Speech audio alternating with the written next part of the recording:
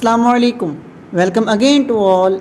Short stories की series में आज हम बात करने जा रहे हैं एक और short story the voice by V S. Pritchett के बारे में।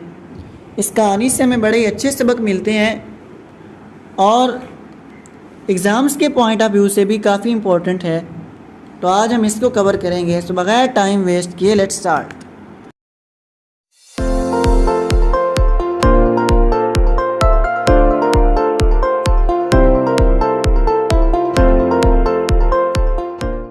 तो अपनी सबका रूटीन को सामने रखते हुए सबसे पहले हम इस कहानी के राइटर को डिस्कस करेंगे कि राइटर इसका कौन है, तभी उसके बाद हम शॉर्ट स्टोरी की तरफ आएंगे।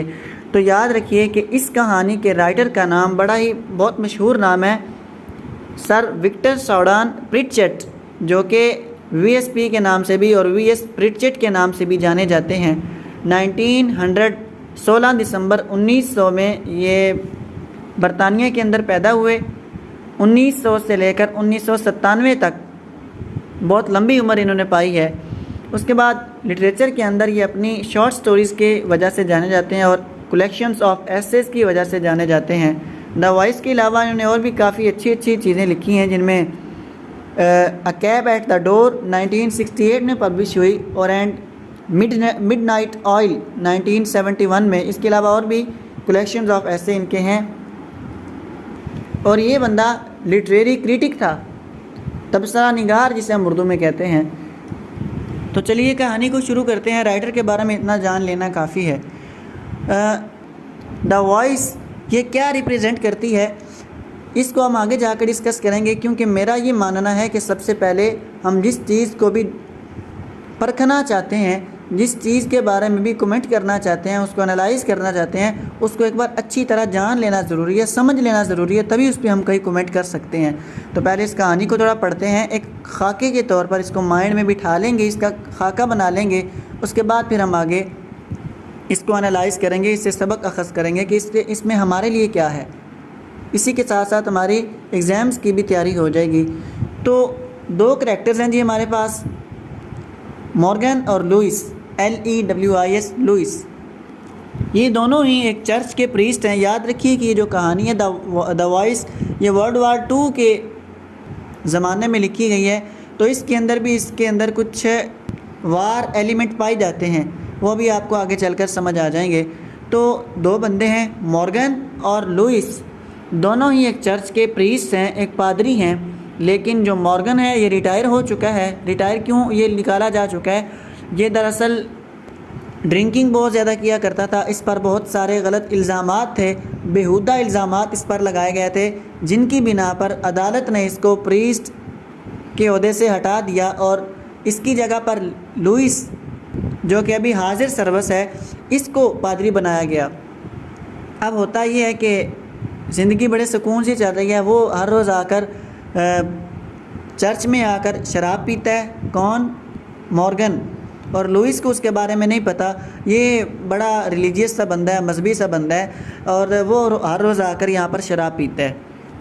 एक दिन अचानक लुइस जो है वो मॉर्गन के गुनगुनाने की आवाज़ सुनता है, तो वो कहता है ये मॉर्गन ही है ना। उसको उसकी आवाज़ की पहचान हो जाती है। क्यों? क्योंकि उसकी आवाज़ बहुत दिलनशी होती है, बड़ी ही खूबसूरत होती है। वो फ़ौरन पहचान लेता है, वो उसकी तरफ लपकता है, दौड़ कर जाता है। इतने में एक कोई बमबारी हो रही होती है, तो एक बम चर्च के ऊपर आकर गिरता है और उन दोनों के दरमियान एक खला पैदा हो जाता है। जो मॉर्गन है वो नीचे ज़मीन में धंस जाता है और उसके ऊपर मलबा ऊपर से आकर गिरता है। जितनी भी चर्च का सामान है, जितनी चर्च की कोठियाँ वगैरह हैं, वो उसके ऊपर आकर गिर जाती हैं। लेकिन खुशकिस्मती कि उसे होता कुछ नहीं, बचा रहता है। लेकिन वो साथ साथ अपना काम जारी रखता है, सिंगिंग भी जारी रखता है और ड्रिंकिंग भी जारी रखता है। तो लुइस, जो कि उसके बारे में अच्छे ख्याल नहीं रखता, वो कहता है कि बहुत ही बुरा इंसान है, बड़े गलत अखलाक का और घटिया किरदार का मालिक है। पहले सोचता है कि मैं इसको नहीं बचाऊंगा, मैं इसको किसी भी कीमत पर नहीं बचाऊंगा, क्योंकि ये एक अच्छा इंसान नहीं है, अच्छा हुआ ये मर गया। फिर कहता है नहीं यार, आखिर जो भी है इंसान तो है ना। वो इसी बात की वजह से उसको बचाने जाने लगता है। तो उसके करीब आता है तो वो भी नीचे ज़मीन में धंस जाता है। उसके पाँव के नीचे जो भी चीज़ होती है वो नाजुक होती है, सिरक जाती है और वो भी नीचे जा गिरता है। जब दोनों एक दूसरे को देखते हैं तो लुइस मॉर्गन से पूछता है कि तुम इधर किधर, क्या कर रहे थे तुम यहाँ पर। वो कहता है कि तुम्हें नहीं पता, मैं यहाँ रोज़ आता हूँ, रात को 8 बजे ड्रिंकिंग करता हूँ। वो कहता है तुम्हें चाबी किसने दी चर्च की। तो मॉर्गन जवाब देता है कि तुम्हें पता होना चाहिए कि मैं इस चर्च का पहला पादरी हूँ, तुमसे पहले मैं रह चुका हूँ, तो मेरे पास भी एक चाबी है, तो मैं उसके ज़रिए यहाँ पर रोज़ आता हूँ और रात को ड्रिंकिंग होती है। लुइस को इस पर गुस्सा आ जाता है। वो कहता है कि मेरे होते हुए ये यहाँ पर रोज़ आता है और मेरे इल्म में भी नहीं है, उसके अलावा फिर आकर यहाँ बड़ी बेहुदा हरकतें करता है, शराब पीता है, जो कि हमारे मज़हब में चर्च में यहाँ पर अलाउ नहीं है। तो खैर उन दोनों के दरमियान झगड़ा होता है, काफ़ी बातें होती हैं। मॉर्गन कहता है कि यार मैं हिम गा रहा हूँ, HYMN, हाइम भी कहते हैं, हिम भी कहते हैं, इसका मतलब जैसे हमद। वो कहता है मैं हमद बयान कर रहा हूँ, गा रहा हूँ, गुनगुना रहा हूँ, तुम भी मेरे साथ गुनगुनाओ। पहले वो कहता है क्यों भाई, मैं क्यों तुम्हारे साथ गुनगुनाऊँ, तुम्हारे और मुझ में तो बहुत फ़र्क है, तुम बहुत घटिया अखलाक के मालिक, बहुत घटिया तरीन इंसान, और मैं कहाँ बड़ी पहुंची हुई हस्ती, बड़ा चर्च का प्रीस्ट हूँ, तो तुम्हारे और मेरे में तो बड़ा फ़र्क है, मैं क्यों तुम्हारे साथ मिलकर गाऊँ। खैर उन दोनों के दरमियान बातें होती हैं। थोड़ी देर बाद वो उसके साथ गाना शुरू कर देता है। जब दोनों ऊंचा ऊंचा गुनगुनाते हैं तो इतने में जो रेस्क्यू वाले हैं उनको पता चल जाता है कि यहाँ पर कोई है। वो फिर इन दोनों को आकर रेस्क्यू कर लेते हैं, दोनों को बचा लेते हैं। यहाँ पर कहानी तो एंड हो जाती है। अब इस कहानी के थीम्स क्या हैं वो हम अपनी इस बात में कवर करेंगे कि हमें इस कहानी से क्या सबक मिला। सबसे पहले एक बात याद रखिए, इंसान होने के नाते एज ए इंसान ये हमारा हक है कि हम दूसरे इंसान की मदद करें। अब आप चाहे जितनी भी पहुंची हुई हस्ती हों, जितने भी आप आला अखलाक के मालिक हों, जितने भी आप बहुत ज़्यादा अच्छे किरदार रखते हों, लेकिन जब तक आपके दिल में इंसान के लिए हमदर्दी मौजूद नहीं है तब तक आप कामिल इंसान बन ही नहीं सकते।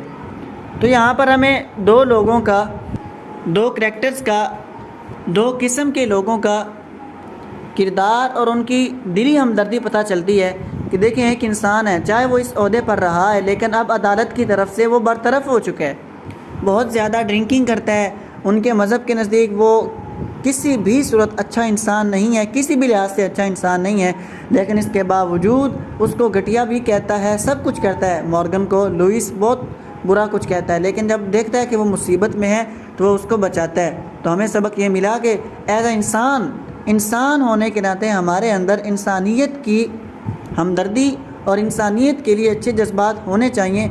चाहे कोई जितना भी बुरा सी, यार आप जितने भी अच्छे हैं, आप जितने भी पहुंची हुई हस्ती हैं, लेकिन आखिर दूसरा भी तो इंसान है ना। वो किसी ने कहा था ना कि आप हुरो मलक होंगे जनाब, समझिएगा बंदे को ज़रा इंसान करके, तो इंसान को इंसान करके देखिएगा। इंसान जहाँ भी मुसीबत में हो उसको बचाना चाहिए। खैर ये एक अलग बात ही, फ़ायदे के लिए हम और तरफ निकले जा रहे हैं। इस कहानी के थीम्स हम देख लेते हैं। सबसे जो पहला थीम है इसमें वो है फॉरगिवनेस का, मुआफ़ी का। वो हमने देखा कि वो किस तरह लुइस मॉर्गन को माफ़ करके सारी गलत बातों को पस से पुश्त डालकर उसको बचाने चला जाता है और अपनी भी जान ख़तरे में डाल लेता है। उसके बाद दूसरे नंबर पे ह्यूमनिज़म, बिल्कुल इसके अंदर इंसानी हमदर्दी मौजूद है। स्पिरिचुअल ऑफ राइटनेस, हाइपोक्रेसी और रिलीजियस फोनेटिसिज्म। रिलीजियस फोनेटिसिज्म यानी मजहबी इंतहा पसंदी हमें देखने को मिलती है कि वो शुरू में किस तरह उसके बारे गलत ख्यालात रखता है, किस तरह उसको गालियाँ देता है लुइस मॉर्गन को कि ये बड़ा गलत इंसान है। तो ये मुख्तसर सी हमारी कहानी, मुख्तसर मगर इम्पोर्टेंट। आई होप कि यहाँ तक आपको बिल्कुल क्लियर है। फिर भी अगर इस कहानी में किसी किस्म का कोई क्वेश्चन हो, कोई इशू हो इस टॉपिक से रिलेटेड, तो मुझसे कमेंट सेक्शन में आप पूछ सकते हैं। And thank you so much for watching. अल्लाह हाफिज़।